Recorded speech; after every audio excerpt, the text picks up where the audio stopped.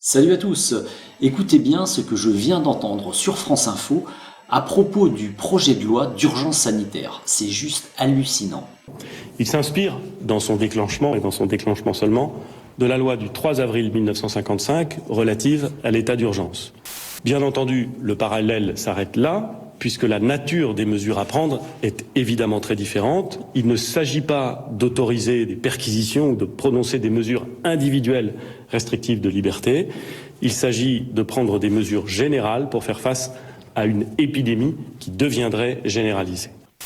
Édouard Philippe qui fait ses annonces à l'issue d'un conseil des ministres extraordinaire cet après-midi. Analyse politique maintenant avec Jean-François Aquili qui est en duplex avec nous. C'est une étape de plus, Jean-François, dans la gestion de la crise.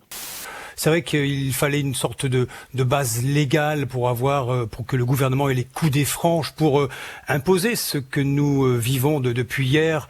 C'est un texte, on l'a entendu, destiné à limiter les libertés individuelles. Il faut dire les choses comme elles sont, afin de lutter au mieux contre l'extension de l'épidémie. Vous avez bien entendu? Non? Je vous la refais en plus court. Il ne s'agit pas d'autoriser des perquisitions ou de prononcer des mesures individuelles restrictives de liberté.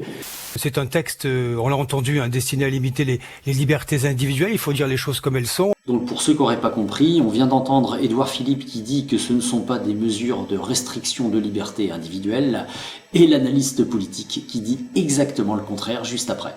Sur ce, choisissez votre camp. Pour finir, n'oubliez pas de liker cette vidéo, de la partager, d'y laisser des commentaires, de vous abonner à ma chaîne et de me soutenir financièrement sur mon compte Tipeee. Sur ce, je vous souhaite une bonne journée.